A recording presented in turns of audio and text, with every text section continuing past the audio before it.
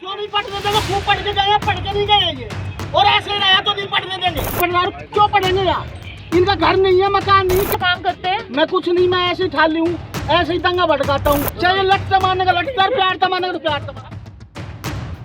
गुड़गांव में हर शुक्रवार को होने वाली जुम्मे की नमाज को लेकर मामला सुलझने की बजाय उलझता ही जा रहा है। बीते एक महीने से ऐसा कोई शुक्रवार नहीं गया है जब खुले में नमाज पढ़ने को लेकर हिंदूवादी दक्षिणपंथी संगठनों ने नमाज स्थल पर पहुंचकर विरोध न किया हो। इस शुक्रवार भी यही हुआ। सेक्टर 37 के मैदान में जब मुस्लिम समुदाय के लोग नमाज पढ़ने के लिए इकट्ठा हुए तो वहां कुछ हिंदूवादी संगठन के लोग भी आ धमके और नमाज का विरोध करने लगे। यहाँ हैरानी की बात यह है कि सेक्टर 37 का ग्राउंड प्रशासन द्वारा चिन्हित की गई उन 28 जगहों में से एक है जहां मुस्लिम समुदाय को नमाज पढ़ने की इजाजत मिली हुई है। बावजूद इसके वहां कुछ लोगों ने पहुंचकर नमाज का विरोध किया। मतलब ये राजनीति क्या है? ये इन्होंने पता नहीं था कि भाई आज ये यहाँ ये हो रहा है। ये जरूरी था कि भाई यहाँ पढ़ रहा है। क्यों पढ़ेंगे यार? इनका घर नहीं है, मकान नहीं, क्या नहीं है इनके पास। सालों से यहाँ इतनी मस्जिद विदेश भी फंडिंग करने लग रहा है। 2002 भैया विदेश भी फंडिंग करने लग रहा है इनके लिए। तो हमारे लिए कौन है? हमारे तो ये हमारी भूमि है, हम अपनी भूमि पर अपना नाम नहीं ले सकते। 12 साल से नमाज पढ़ रहे हैं, फिर अभी कुछ दिनों से 12 साल किसमें हो गए? ये अभी हो रहा है मुश्किल से 1.5 साल, 1 साल से हो रहा है। लिस्ट में थी 2018 से। मैं क्या कर रहा हूँ? मैं जानता नहीं हूँ, हाँ। और ना मैं ये माइक मुइक का ताम झाम जानता हूँ। ये हमारे परदादा की जमीन है और यहाँ हम होने नहीं देंगे। सर आपका नाम क्या है? मेरा अंतरपाल नाम है। सर आप क्या काम करते हैं? मैं कुछ नहीं, मैं ऐसे ही ठाली हूँ, ऐसे ही दंगा भड़काता हूँ। ये कोई बात है क्या? ये कोई बात है? सर आप मुस्लिम समुदाय से क्या कहना चाहेंगे? और ये हमारे यहाँ क्यों पढ़ रहे हैं? हमारे अपने मकानों में क्यों पढ़ने देंगे हम इनको? तो सर आपने हवन भी तो बाहर किया। मैडम मैं इन बात कहने ना जानूँ, मैं देसी आदमी हूँ। मैं तो हाथ जोड़ के कह रहा हूँ, ना हमें पढ़ना देगा। चाहे लट तमाने का लटता, प्यार तमाने का प्यार तमाना। वहीं इस मामले में पुलिस की भूमिका पर भी सवाल उठ रहे हैं, क्योंकि जिस जगह के लिए प्रशासन ने अनुमति दे रखी है वहां कोई कैसे नमाज में दखलंदाजी कर सकता है। सेक्टर 37 का यह ग्राउंड पुलिस थाने के ठीक सामने है, मगर इस पूरे प्रकरण के दौरान पुलिस ने किसी तरह का कोई एक्शन नहीं लिया। मेरा नाम फरमान है। देखिए यहाँ पे जो 19-20 जगह चिन्हित की गई उसमें से एक जगह ये भी है। और देखिए जहाँ भी हम कहीं नमाज पढ़ते हैं तो ये लोग वहीं आके कीर्तन शुरू कर देते हैं। क्या इन्हें शुक्रवार के दिन हमारे 1 से 2 के बीच में ही कीर्तन करने की जगह मिलती है? मैं ये कहना चाहता हूँ आपके माध्यम से, हमें कीर्तन से कोई दिक्कत नहीं है। हमारा भी यहाँ पे रहने का हक है हिंदुस्तान में, हम भी हिंदुस्तान के हैं। तो ये लोग कीर्तन करें, लेकिन जहाँ पे हमारी नमाज है वहाँ पे हमें डिस्टर्ब ना करें। और जैसे कि आज माहौल बिगाड़ने की कोशिश की गई और पुलिस खड़ी भी तमाशा देखती रही, लैंड ऑर्डर बिल्कुल नहीं है। और पुलिस ने देखा कि हमारे नमाज पढ़ते पढ़ते एक आदमी हमारे आगे आके बैठ गया नमाज पढ़ते पढ़ते, और जय श्री राम के उसने नारे लगाए।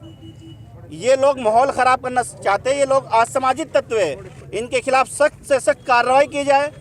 और हम गुड़गांव का भाईचारा बिल्कुल नहीं ख़राब करना चाहते, लेकिन जो हमें 20 जगह दी गई हुई है, ये अगर कीर्तन करना चाहते हैं उस 20 जगह में 7 के 7 दिन करें, हमें कोई दिक्कत नहीं। लेकिन ये हमारे शुक्रवार के दिन हमें तो नमाज पढ़ने दे। और पुलिस भी खड़ी हुई तमाशा देखती रही, एक भी उसे हटा नहीं सकी।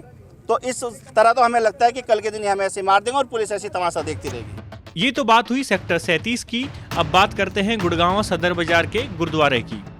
ये वही गुरुद्वारा है जहां कुछ दिन पहले गुरुद्वारा प्रबंधक कमेटी ने भाईचारे की मिसाल पेश करते हुए मुस्लिम समुदाय के लोगों को अपने यहाँ नमाज पढ़ने के लिए आमंत्रित किया था। कमेटी के इस कदम को उस समय खूब सराहा गया था, मगर अब यहाँ भी नमाज पढ़ने को लेकर विवाद पैदा हो गया है।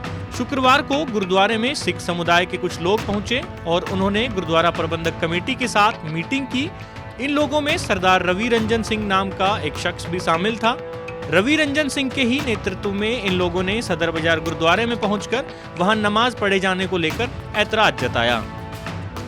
मेरा नाम रवि रंजन सिंह है और जहां तक परिचय की बात है तो यहां पे मैं सिर्फ इतना ही परिचय देना चाहूँगा।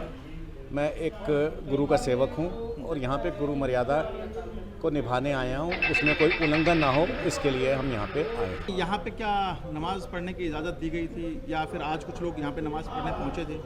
आज कोई नहीं पहुँचे थे, 19 तारीख को पहुँचे थे। बाद में नमाज पढ़ने जी उन्होंने ये कहा था, हमें जो कमेटी ने बताया कि वो सिर्फ शुक्रिया करने आए हैं और गुरपुरब की बधाई देने आए हैं। तो वेलकम आए हैं, बड़ी अच्छी बात है। मगर फिर बात हुई कि 5 लोग पढ़ लें, 7 लोग पढ़ लें, तो उस पर ये हमें मंजूर नहीं है। आप आइए, गुरबाणी सुनिए, लंगर खाइए, उसके लिए वेलकम। बाकी इससे ज़्यादा मर्यादा भंग नहीं करिए। आपने चैलेंज भी किया कि या किसी भी तरह की इस तरह की कोई भी हिमाकत बर्दाश्त नहीं की जाएगी? हाँ, इसको चैलेंज शब्द तो नहीं कहूँगा, मैंने तो निवेदन किया था, और जब शब्द जैसे ज़रूरत होगी वैसे हम करेंगे। और ये हिमाकत नहीं हो सकती। गुरुद्वारा साहब के अंदर कोई भी गैर सिक्खी काम नहीं हो सकता। गुरुद्वारे में नमाज का विरोध चौंकाने वाला है, क्योंकि जहां पहले मुस्लिम समुदाय के लोगों को स्वयं गुरुद्वारा कमेटी ने नमाज के लिए आमंत्रित किया हो, वहां अब विरोध कैसे शुरू हो गया। तो चलिए इसके पीछे का खेल भी आपको समझा देते हैं। दरअसल गुरुद्वारे में नमाज के विरोध के पीछे सबसे मेन चेहरा है सरदार रवि रंजन सिंह। रवि रंजन सिंह की झटका सर्टिफिकेशन अथॉरिटी के नाम से एक संस्था है, जहां ये हलाल मीट के विरोध में कैंपेन चलाते हैं। रवि रंजन सिंह राम जन्मभूमि आंदोलन से भी जुड़े हैं। गोवर्धन पूजा के दिन गुरुग्राम में नमाज स्थल पर पूजा करने वाले प्रोग्राम में भी सरदार रवि रंजन सिंह मौजूद थे, जहां वो बीजेपी नेता कपिल मिश्रा के साथ बैठे नजर आ रहे हैं।